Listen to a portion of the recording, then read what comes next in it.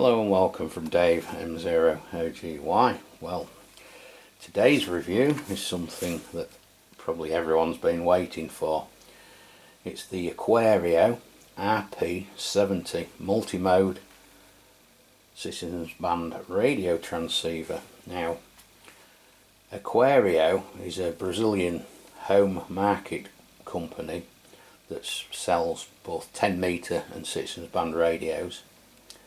There's many models that do look like the European counterparts, such as the Anytone AT5555. They also market one that looks very much like the Moonraker Titan, and the brand's been running for 47 years, so not a new company on the Brazilian market, but certainly not one I've heard of prior to this radio. That the first prototypes was shown around 11 months ago on YouTube by Andrea, Salim, Papa Yankee 2, Lima Sugar Whiskey. A big shout out for him. He helped me get this radio from the engineer from the company, from Aquario. You want to watch his videos, he's done some quite good tests, but that was a prototype radio that was sent out for evaluation at the back end of 2024. So this radio is actually approved for Brazilian use. Their body that, like our Ofcom and the American FCC, is ANATEL's. That's spelt Alpha November Alpha Tango Echo Lima. That's who checks the radios and to their specification. So it doesn't currently meet the EU specifications or the FCC ones. Now, I have actually, about 3 or 4 months ago when I knew this was coming, sent emails to Ofcom, and a very professional guy I know, and another company, and I've tried getting to the bottom of it. Technically you can use radios if they're within specification, of course, through what they call a RED document, RED. So it's certainly okay to use on the amateur radio bands, but it does come set on 80 channels, 80 Brazilian channels.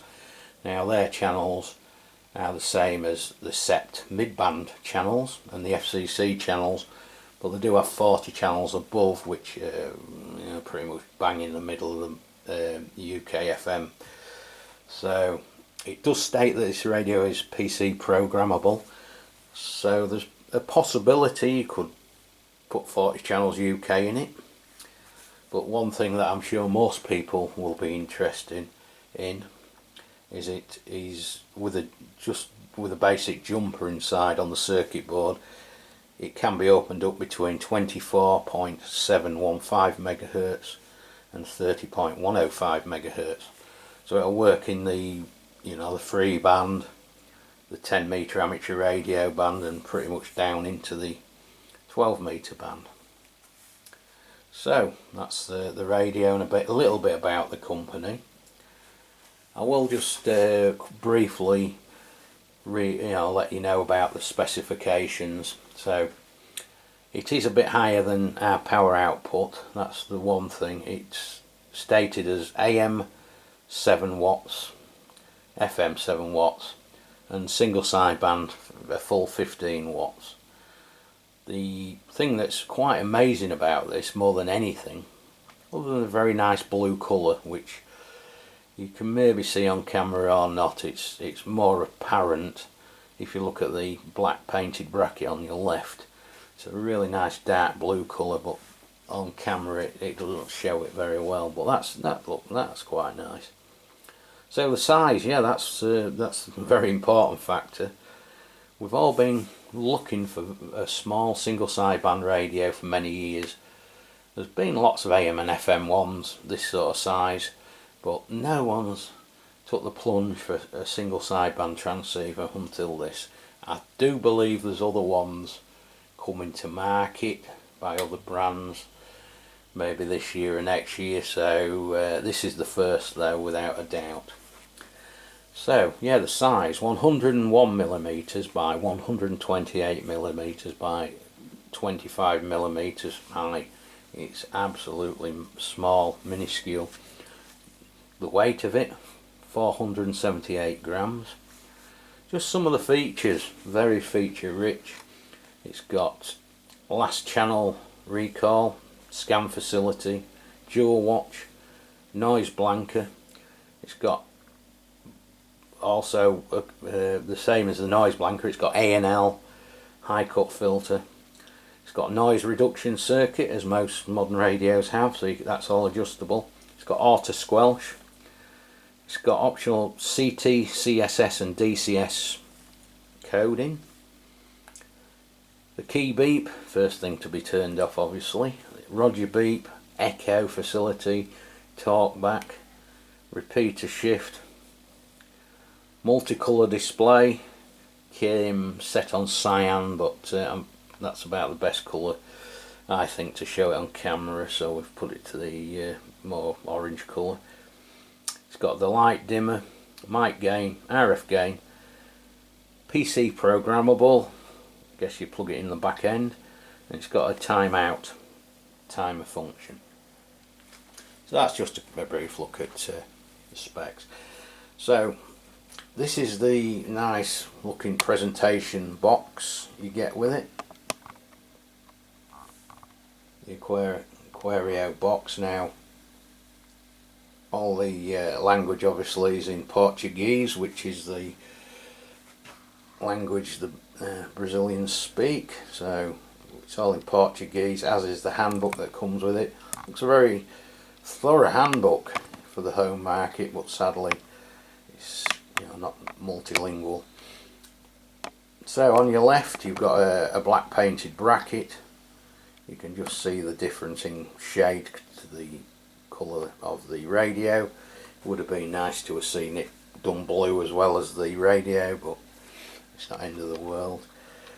Bag of fixtures and fixings. You've got your transceiver unit. There is a power lead that plugs in halfway up, and a very nice microphone, which the casings are actually painted blue as the radio is. Very hard to see in the light, but if you look at the rubber cord, you can sort of see that it's a different shade. And there you go, that you can see it's blue, can't you? So that's the microphone. It does look very much like some microphones with a Joe Pix I reviewed a while ago, and a Moonraker Titan. So possibly, certainly made in China. So you've got 4 buttons across, left to right. You've got auto squelch, up, down and up channel keys, bit backwards way on there, and noise reduction. So you've got it all on the microphone. Quite nice feel in the hand and well made. Quite a long power mic cord. The mic cord does have the RJ45 plug, the telephone type plug on the front, as most small radios do. So we'll take a brief look at the front panel of the radio, try and get it in focus. We don't like things out of focus, try not to anyway. There we go. So you've got quite a large display, LCD display, with frequency at the top, the mode, the channel, etc. Got it set on the mid band on channel 38, the calling frequency for the USA. So above your mic socket you've got the menu button to go into the menus. Got a mode switch at the bottom, and to alter the beep. You've got your band setting, which as it comes from the factory it's just 80 channels, that's all it is. Dual watch, and then you've got a clarifier. So this button basically on your far right, they are multifunction each button, but it does have a built-in clarifier, but it's not got a rotary control, so you have to go into the menus. A bit fiddly, but to be honest, most people are fairly on frequency these days, so it's not a big issue, is it? So there are your buttons. I will go through some of the menus just to show you how to get in them. So you just press the menu once. There, that's your colour. Beeps. So we'll go through the menus, that's the easiest way. Just show you them. Yeah, that's your colour. So if you want to alter it, you just press that, and then move the channel change. So you've got green. Also the channel change, you press in to turn the radio on and off. Yeah, that's all your colours: cyan, purple, red, orange, green. Green's quite a nice one. Blue. I've got it set on yellow. So then if you just press the on off again, it starts flashing. And then there you go. Timeout function if you want to adjust that. The thing is with these small radios, you need good eyes to see them, don't you? Roger beep. So yeah, it's got quite a few. High cut filter, A&L filter off, auto squelch, you can adjust the auto squelch where you want it. Squelch, noise reduction, there you go, look. It's all adjustable. Noise reduction's off at the moment. Reset. So that's just some of your memory, some of your menus, should I say. And then it auto, turns itself off and goes back to channel. There you go. So that's a look at the front panel. Not much to see, but yeah, I'm absolutely amazed at the small size of this. It will fit in anywhere, it really will. Yeah. So some of the other item that comes with it, well, I've not actually seen. It's got a plug-in the fuse holder. It's like a screw-in type. I know they're available, but I've never seen one on a radio. So it's got a black screw-in fuse holder. It has a really very small coupler to join the power cables together. Again, yeah, not seen that in a radio I've reviewed in the past anyway, so probably explains the factory it's come from. Maybe they use that connector, because I've not seen it on anything I've tested in the past. So that's a look round it. We'll have a look on the rear panel next.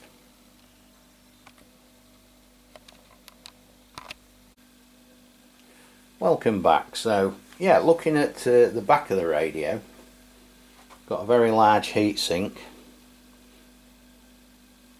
For the size of it, obviously not large, but it's quite large for the radio, which is part of the chassis, aluminium chassis. You've got the power lead, which is a hardwired lead.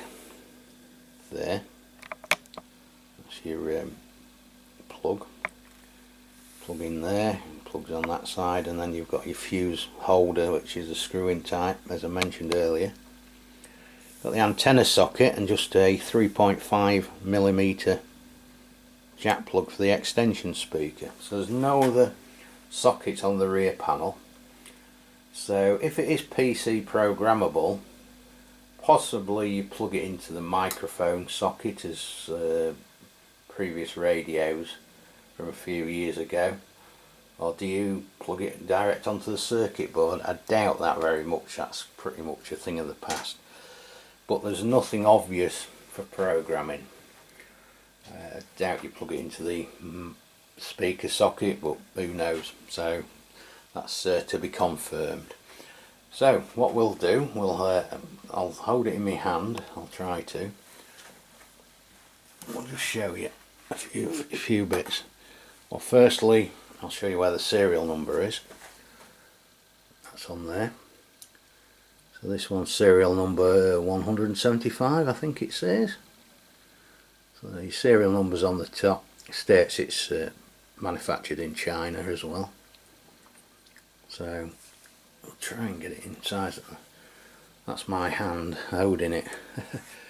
So it really is small. You fit it in the palm of your hand, it really is a little radio. So ideal for fitting into a mobile environment. So I'll be back in a moment, and I'll come to my conclusions and explain what we'll have to do with it next. Right, so I'm back, so I'll offer me conclusions on this new Aquario radio. Now, it's pretty much a first radio with such a small radio with single sideband. So I'm looking forward to trying this one.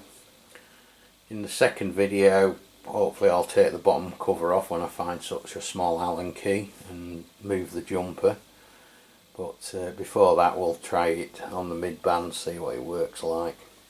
Have a listen to it on the, my Vortex Quasar Q82. Try it on there, Mark II, and try get a few signals this weekend, and you'll see how it performs. I have quite high hopes on this. I have seen, the prototype videos seemed pretty good on single sideband, so I'm sure any bugs have been ironed out on this, as it's been a good 11 months coming to market. So yeah, cracking radio, quite like the colour. It seems solid and robustly built. I will show the jumper swap, and we'll have a look at the circuit board in the next video as well.